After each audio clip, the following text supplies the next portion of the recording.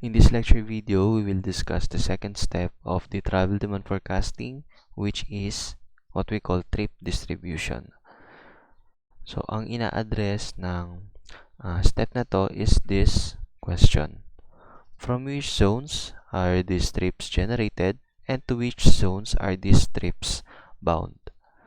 To further elaborate this question, let's take this illustration as an example. Si Zone J, siya yung destination ng trips coming from zones I and H. Ngayon, using this step, malalaman natin yung total number of trips coming from zone I as well as trips coming from zone H. Similarly, if we know from our household information surveys or sa data gathering or data collection or database development, no, yung step 0, we found out na 10,000 person trips ang nag-generate from zone X. Ngayon, suppose, or shall we say itong 10,000 na to, ito na yung projected or forecasted using this step 1 of this travel demand forecasting. Okay? Na forecast na to or na project na. Ngayon, our task is to know yung distribution ng destinations zone A, B, C, and D. Kung ilan yung share nila. So, halimbawa, nakuha natin from this step na 2,000 pala yung person trips coming or going to zone A. Na 2,000 person trips pala yung trips going to zone B. 5,000 going to zone Z and 1,000 going to zone D. Yun yung objective for this step 2. Lastly, maybe we can put it in analytical context na. No? Suppose, ito na ngayon, yun ang galing sa database development, nakuha mo yung present, origin, destination, matrix, or table. So, ito yung origin zones, destination zones, and then yung totals. Now, itong nasa yellow, itong may yellow fill na cells, ito yung answers or yung makukuha mo from step 1, which is again, trip generation and attraction. Diba? Using the trip rates method and regression method. Once makuha mo yan, you want to distribute them. For instance, yung coming from zone, let's say dito na lang, zone I prime, ilan yung trips na pupunta ng zone J prime, ilan yung trips na pupunta ng H prime, and so on. So what we want is to estimate the future trip interchanges or output of this trip distribution. Okay? In short, yung entries sa bawat cells na to. Just so we're clear with the intention or the objective of this lesson or this step. Alright, sige, let's jump into the common methods used in distributing trips. First, we have present pattern method. Second is model method. Let's go to present pattern method. Some of the methods under the first category are the following, and I would say ito yung pinakang gamit na methods for this one. First, we have uniform factor method, B, average factor method, C, Detroit method, D, Freightar method. Uniform factor method, it is given by this formula. T sub ij prime equals T sub ij times T prime over T, where T is basically the total trip distribution, Tij present trip distribution from zone I to zone J. These i's should be small, no? Dahil small I yung pinag-uusapan natin dito. Anyways, it will not matter naman since formula to. Tij prime is represented by the future trip distribution from zone I to zone J. Sige, let's get the context of this formula, no? Pag sinabi nating prime, future siya. Ibig sabihin, this formula again relies to the present value or present trip distribution. Pag sinabi nating total trip distribution, this is the summation, either the summation of total trips attracted or total trips generated. Tama ba? So, either, no, if theoretically dapat correct or theoretically same sila ng sum, but in some methods, hindi sila magpapareho. So, magkakaroon ng difference. Alright? So, okay, yun na yun, yung Tij prime at Tij. Ngayon, yung T prime over, over T. Ito is individual or yung total. Ito yung present, ito yung forecasted or yung projected. So, para siyang multiplier lang, kumbaga. Okay? Yan, kaya nga factor yung tawag sa kanya. I guess mas madali siyang intindihin using an example. So, let's take this matrix as an example. Suppose ito yung nakuha mo from database collection or database development. Okay? Of course, the totals, pwede mo naman siyang makompute. Just sum up this. For instance, the total trips generated by zone A is 400 plus 400 plus 300 plus 0. Okay, equals 1,100. For zone B, total trips generated is 200 plus 300 plus 200, which is equal to 700. Ayun, ganun siya, no? Take note, class, no, yung sa zone A to zone A. Ano bang ibig sabihin nito? Bakit 0? B to B, bakit 0? C to C, bakit 0? D to D, 0. Okay, ibig sabihin nito, halimbawa, A represents, sige, A represents Barangay 407. Ito yung barangay ng NU, tama? Tapos, yung zone A na to, na destination, is also Barangay 407. So, ibig sabihin, nandun lang sa loob na yun yung trips. Kapag ka ganon, tawag doon is internal trips. And walang record na ganon based on the database. Meron lang is, halimbawa, galing ng Barangay 407, papunta ng barangay, anong barangay ba mga yun? Let's say 409. Okay, kung meron mang 409, I'm not sure. So, halimbawa, ganon. Ang total nila is 400 trips. Alright? Pero yung A to A, walang, or hindi siya kinonsider, kumbaga. Kaya, 0 yung entry. Okay? Same with Barangay 409. So, yung internal trips doon sa loob ng barangay na yun, hindi sinama sa data. Kaya, 0. Ganon din sa C, 0. On a macroscopic scale, halimbawa is Quezon City. Quezon City to Quezon City, so internal trips yun, di ba? So, hindi siya sinama sa analysis. Kaya, 0. So, yan. Pag sinum up mo to, 3,7. Pag sinum up mo rin dito, I don't think it's 3,7. 3,7 din siya. So, pareho. Okay? So, ito yung T. Ito yung present na tinutukoy. Present total trip produced. Ngayon, pinroject na natin siya. Okay? After mong gamitan ng step 1, which is yung trip generation and attraction, eto, na forecast or na predict mo na yung, or nag-project ka na ng future na trips or trip demands or travel demands. Ito na yung entries mo para sa matrix na to. Okay?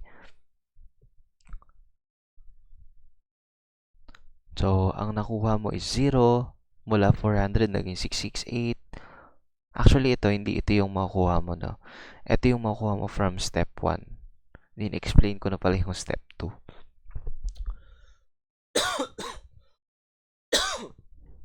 Sige. So, nung nakuha mo, kung ano man yung ginamit mo na na method, no? Either trip rates method or regression method.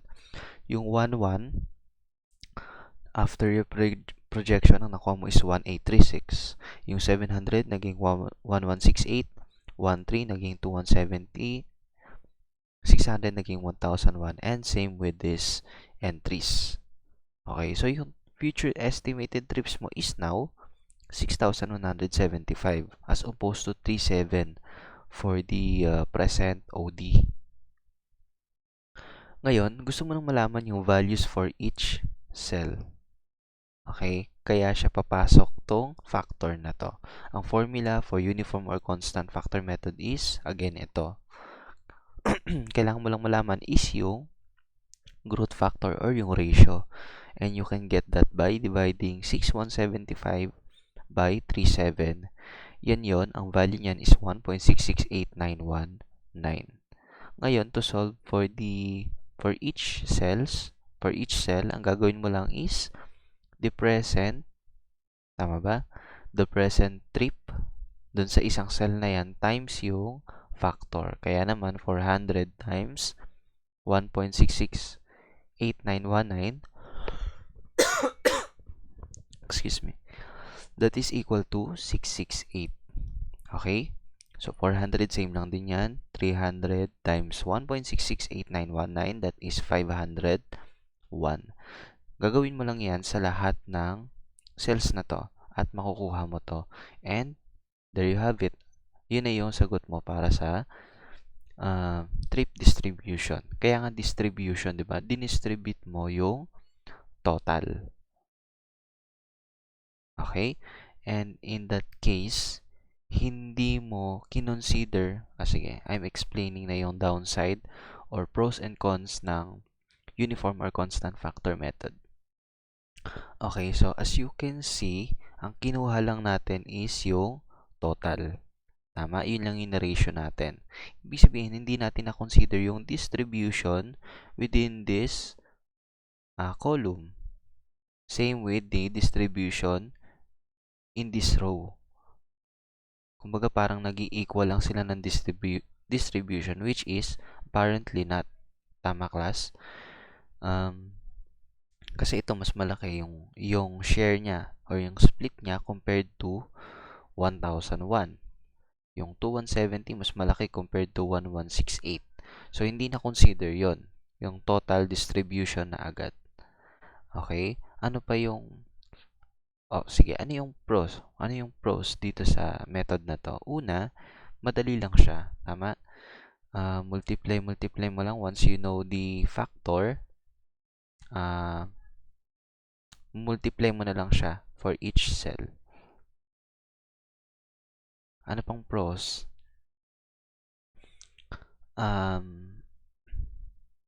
Basically, yun lang. 'Di ba? Madali lang siya.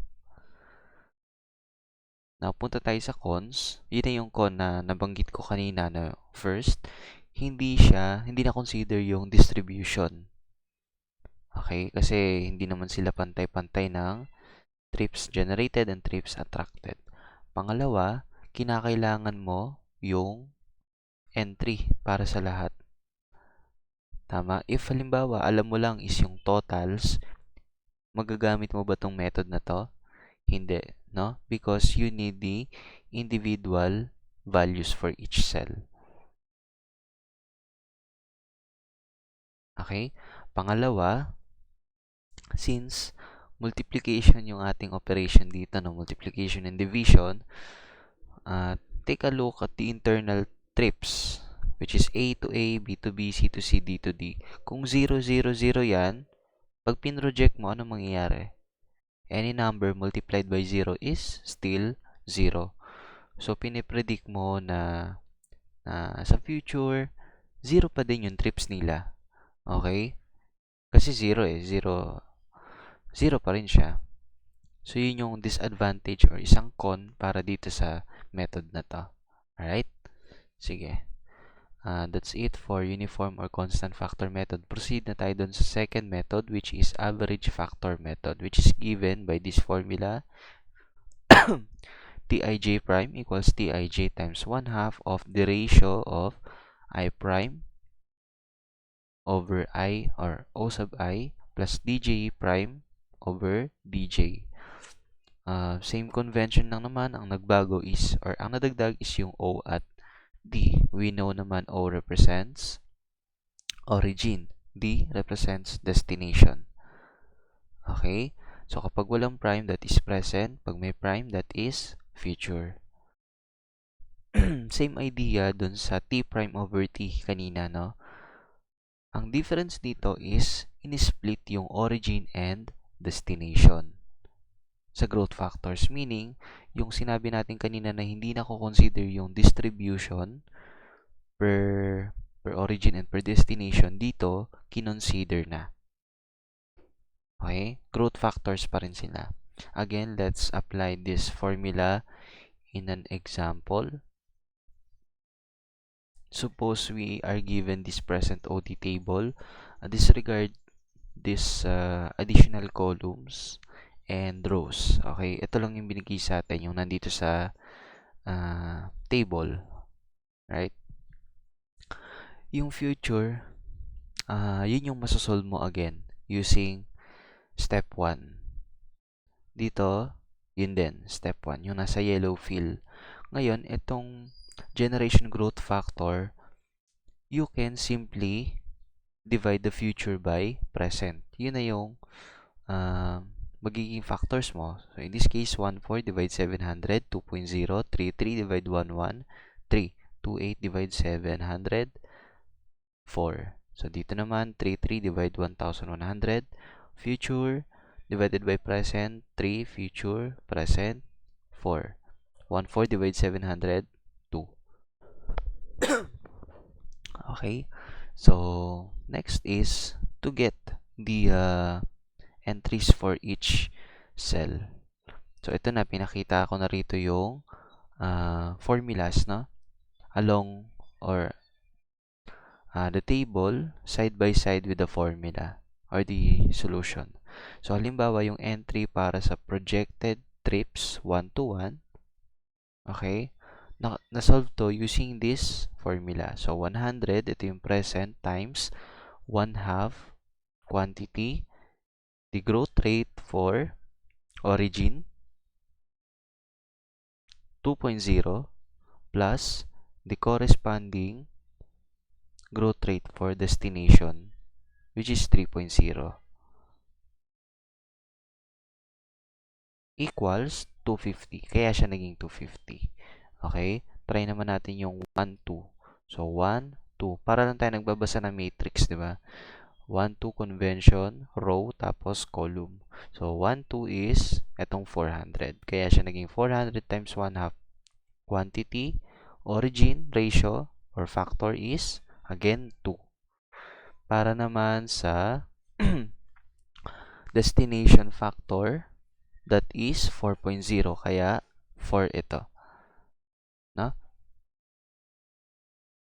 Which gives us 1,200.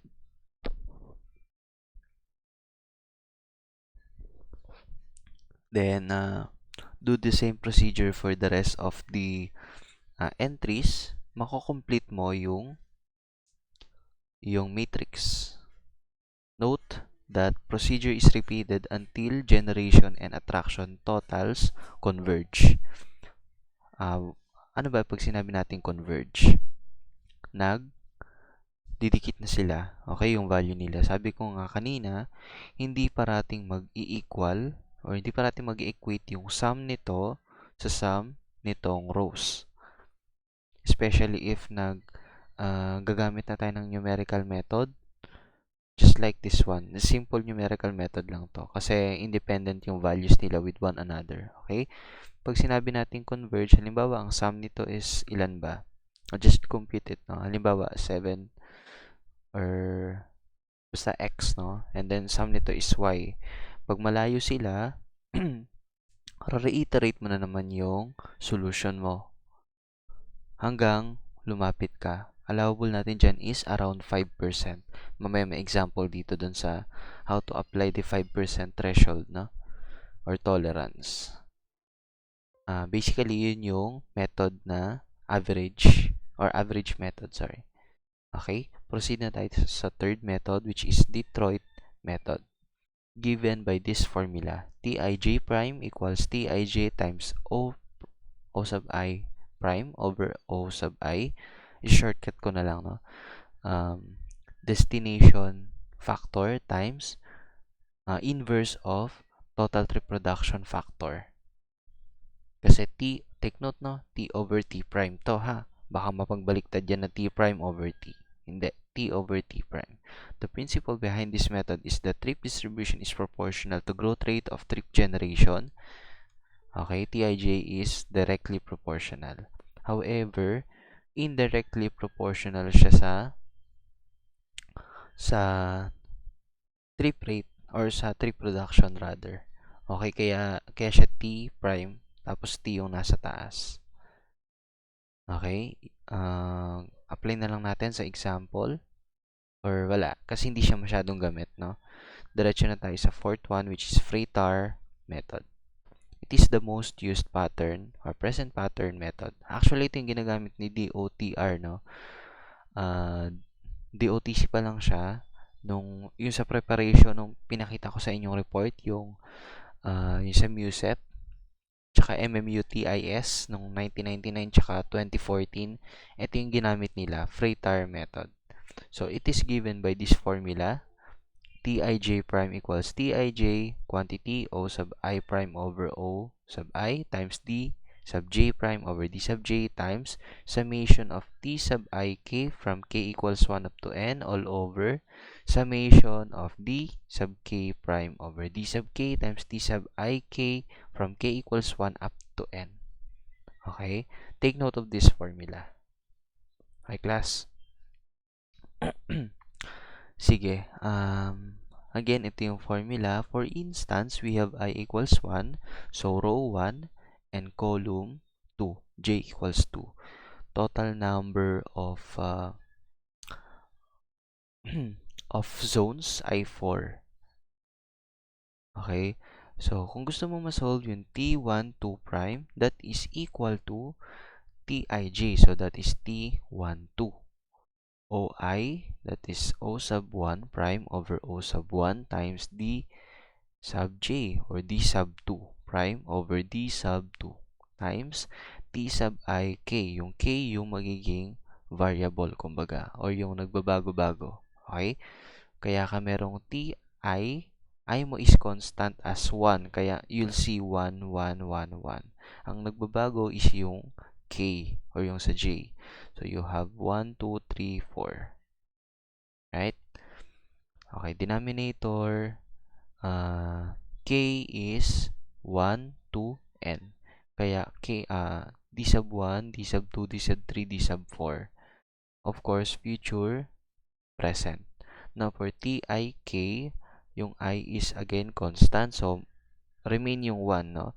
T1, T1, T1, T1. Ang nagbabago is yung para sa column. You have k equals 1 up to n, kaya magiging 1, 2, 3, 4.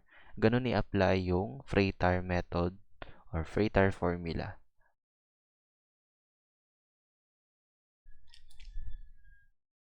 Sige, illustration. For instance, meron kang nakuha or na-collect na present OD table na ganito. Now, actually dapat ano to, no? Kumaga board work, but since this is recorded, flash ko na lang diretso yung solution. For I equals 1, j equals 2, n equals 4, ito yung kanina, yung ating exercise na pinakita ko, no? So, substituting the values, yung 1.514, galing yan dun sa cell na to, okay? Paano to nakuha? Again, ito yung makukuha mo sa step 1. So, get the ratio, 1060 divided 700, that is 1.514. And do the rest. Same with this one. Ang tinamaan lang naman nung box or nung rectangle is yung para sa column 2 and row 1. Okay? Kaya 2,000 ito. Ratio is 2. 1,000 over 500. Okay, kaya 1.514 times 2. T11, that is 0. T12, 200. T13, 200. T14, 300. And the denominator is 1.8. Ito, okay, times yung trip niya, which is 0. 2 times 200 plus 3 times 200 plus 1.6 times 300. Total trips niyan, pag kinompute mo, is 286.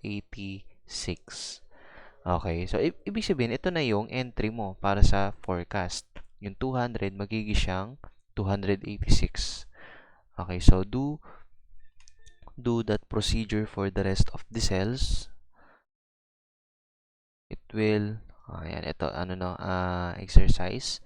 Try to solve this, T34 prime. Ang answer dyan is 196 trips. So, ang makukuha mo na dyan is yung value dito. Okay? Ito na yan, yung 286 tsaka yung 196. Now, meron ditong makikita ka na ratio. Diba? Yung D prime over D. Take note yung O prime over O, this should be always equal to 1. Okay? As per solution, magiging 1 yung value niyan. Kasi magsisame sila. Pag hindi, merong something dun sa solution mo. Okay? Before jumping into the next verification step, which is yung D prime over D, yung factor.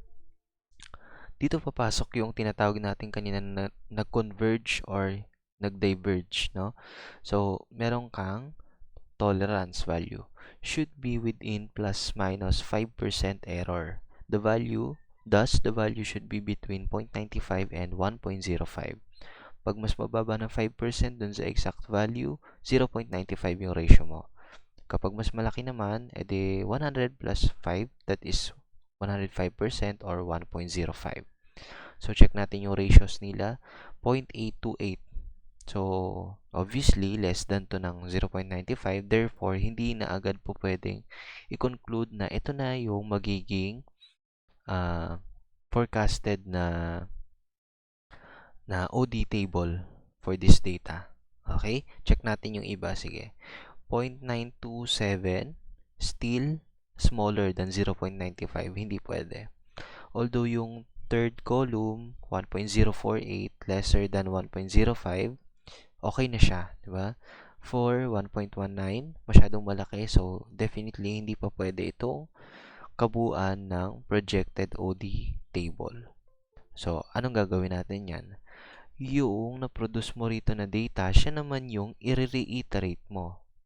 Okay? So, yung 286 na yan, a-applyan mo na naman siya nung formula natin. Okay? So, again, ito yung develop natin na galing sa first iteration. Then, do the procedure. Use this formula again. Okay? Ang mapoproduce dyan is, ito na, yung 286 naging 250, yung 430 naging 424, etc. And checking again the ratio of O prime over O, 1 sila lahat. Again, this value should be equal to 1.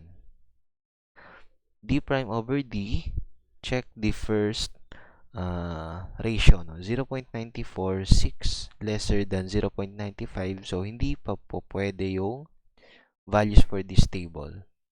Check natin yung 2. Although yung 2 okay na kasi nasa pagitan na ng 0.95 tsaka 1.05. For 3, okay.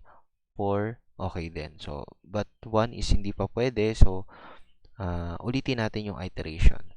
And in this case, sila na yung magiging entries mo for this formula.